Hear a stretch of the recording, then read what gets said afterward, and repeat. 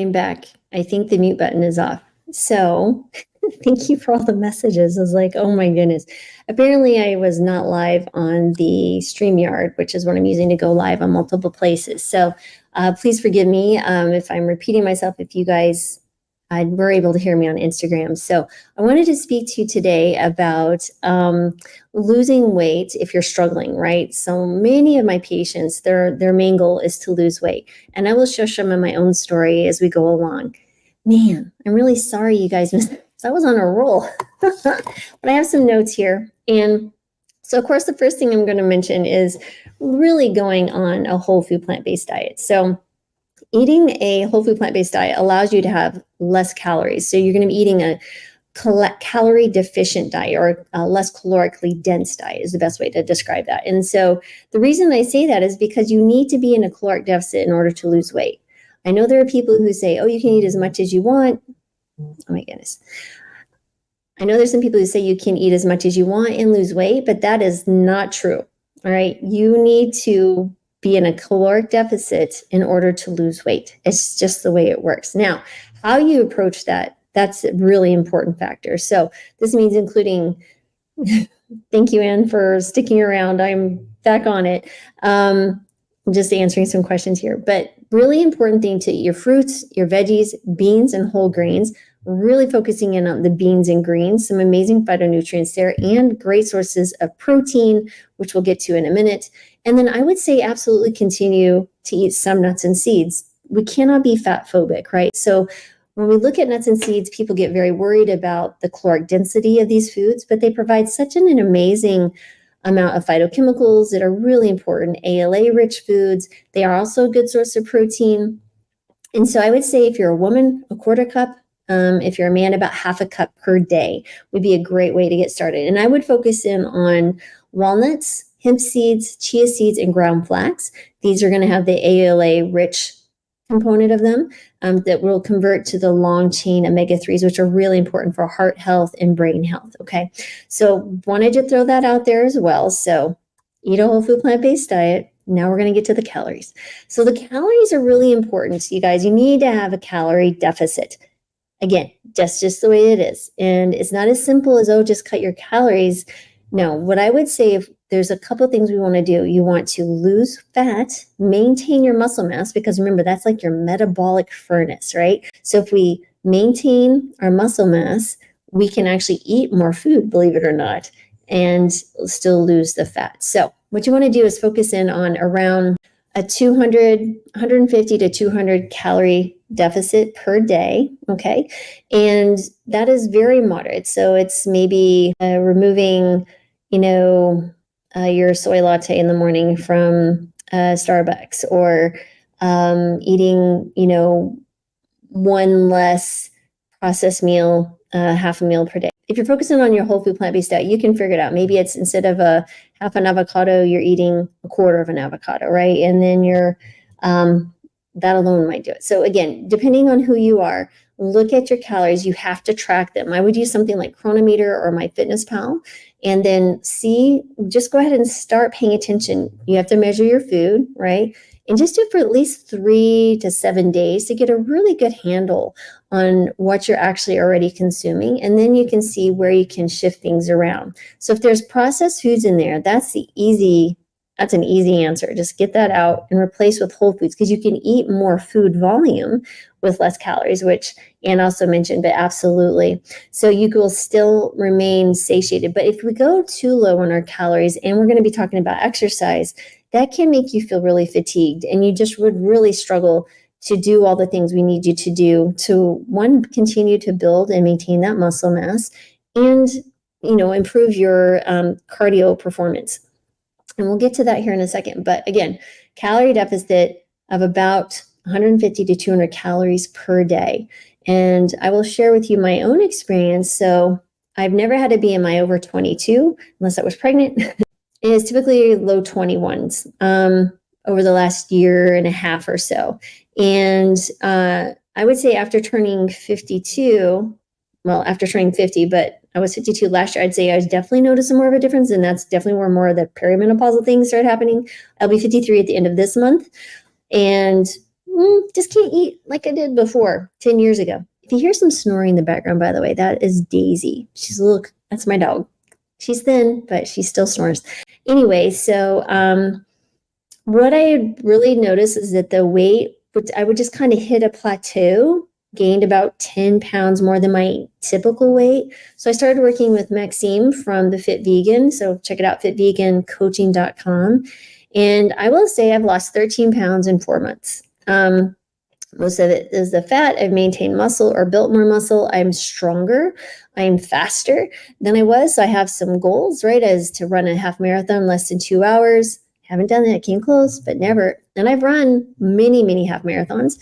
I'd like to be able to do a pull up, this kind with the lats, not the chin up, and multiple of them, and a pistol squat, which is basically where you squat down with one leg up in front on both sides. I want to be able to do that. And that's going to require strength, right? And if I don't have to move as much of my body weight, that's even better. I don't have to pull. Because if you ever lift 15 pounds, 13 pounds, it's a good size. So those things can happen even in middle age, even in perimenopausal, postmenopausal stages of our life. We can absolutely do these things, but it's going to require work. And people don't like to hear that. They want to hear there's an easy way out by just eating plants and going for a walk. We're going to have to do things to shift our body composition, right? So to maintain your muscle mass, you're going to need to do some resistance training. And what mine is it's upper body one day, lower body a different day, and a full body on the third day. It's only 3 days a week.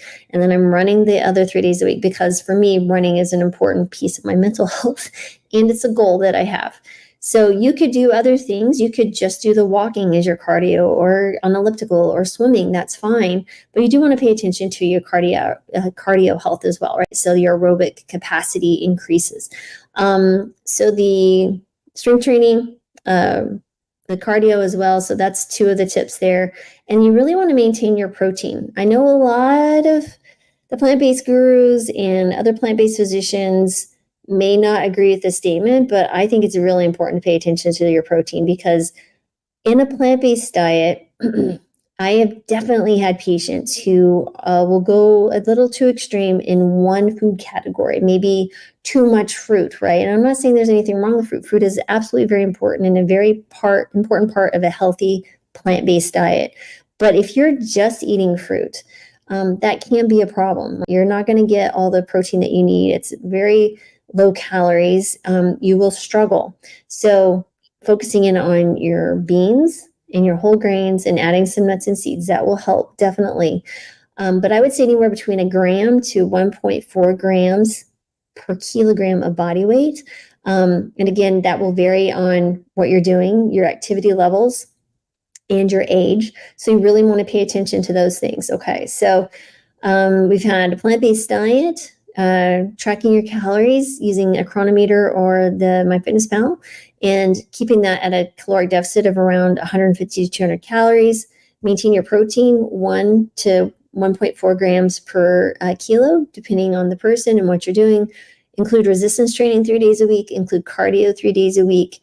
And one other thing that's so very important is your sleep, right? So we really want to pay attention to our sleep. Our sleep is so important for our recovery, which allows us to do more of the other things that we could do or plan to do, like the resistance training and the cardio.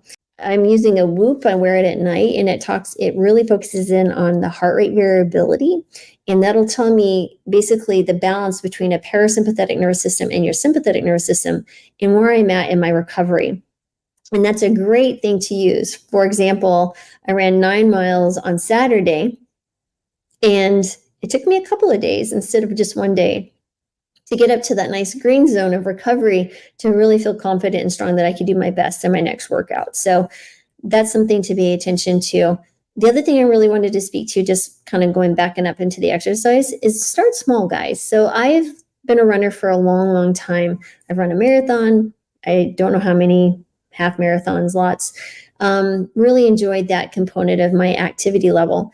But over the last, 2 to 3 years, I built a business, then I sold it, I built another business, and so many factors, moving across country, and I really neglected my running as much as I should have well, I've neglected my running. I was not being a good human. I was not practicing what I preached to my patients.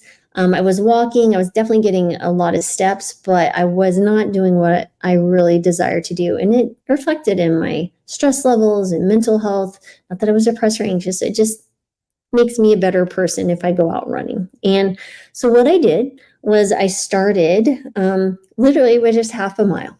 I ran half a mile on Tuesday, Thursday, and I ran a mile on Saturday. And then each week I increased half a mile. So it went from half mile to 1 mile on Tuesday, Thursdays. And then on Saturdays, I added a mile. So now I'm at 5 miles on Tuesdays and Thursdays, which I will keep. That's going to be my base. And Saturday, I will run 10 miles, right? And so from now on, this will be my base because like I said, I want to run that half marathon in under 2 hours. I will run no less than that on any week, unless I'm running up to a race and I'll maybe pull back just a little bit just in preparation to run my best race. And I want to be very, very well rested. So those are the things you can do in 5 miles. And I'm feeling really good. And that's the other thing that's so cool is you feel so confident, right? When you start busting out these small incremental goals and then you look back, it's like, holy moly, look where I started. And now look where I'm at. Anybody can do this. It's small incremental steps. You can absolutely do this. You can conquer any goal that you have by just breaking it down into the steps you need to do every single day.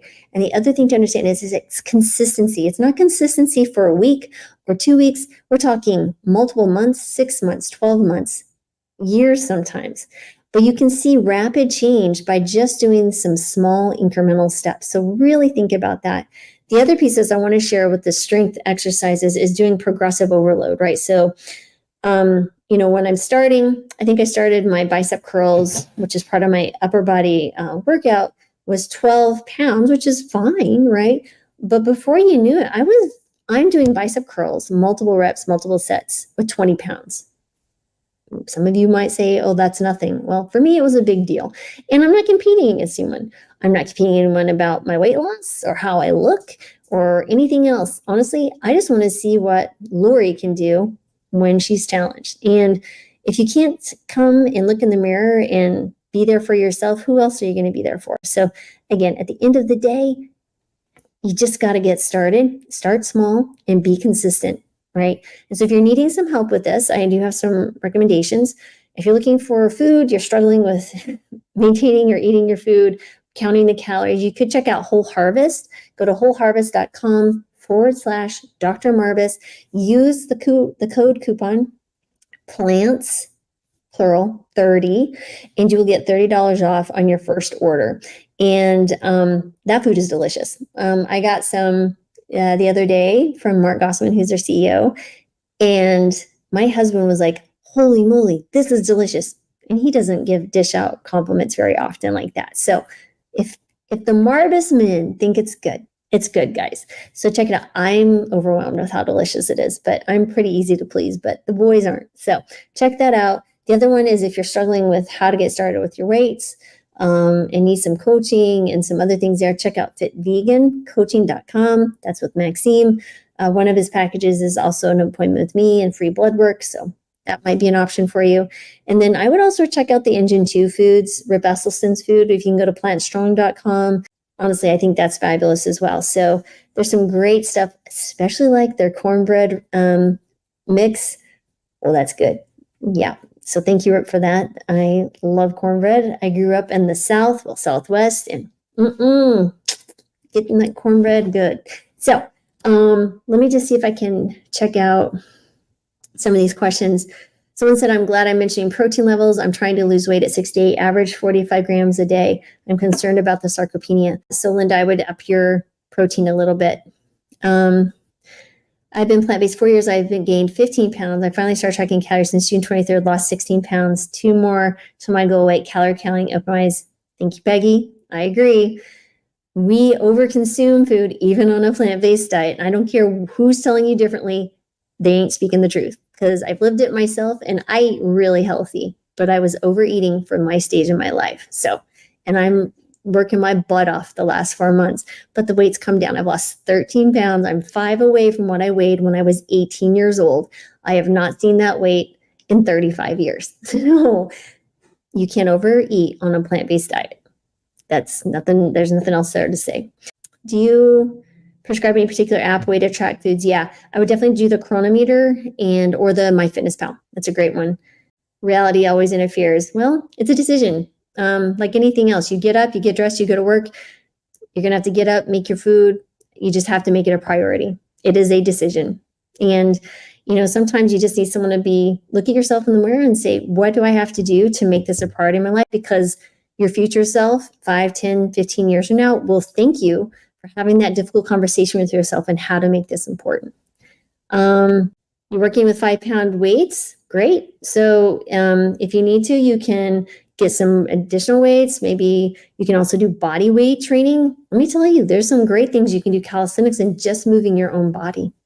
YouTube has some great ones. And daily weighing. I don't weigh often. My weight starts creeping up. I weigh every single day. It will fluctuate. I will be higher some days and lower than others, but absolutely weigh every day, because if it's not measured, it's not managed, guys. Just like your food, just like your calories, and just like your weight. So let's see here. Yeah, the link again to the Whole Harvest, it's wholeharvest.com/Dr. Marbas. And I think I can put that in here for you guys real quick. wholeharvest.com/Dr. Marbas. And don't forget to use the code PLANTS30 for the $30 off discount. So, okay. I think that's it. I got patients to go see. So, guys, also check out drmarbas.com. I am going to be closing my glucose mastermind in a few days as we are filling up. We are more than halfway full. And so I definitely that's Daisy again. I want you guys to check it out. Go to drmarbas.com.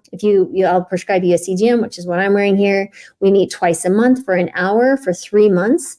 And this will be a great tool to help you lose weight, because let me tell you, there's nothing like thinking, you're hungry, but you just realize, my blood sugar is still elevated. My body is still processing the meal I had an hour ago. So maybe I'm not hungry. Maybe there's other reason why I'm sitting here staring at the refrigerator. So wonderful tool for behavior change.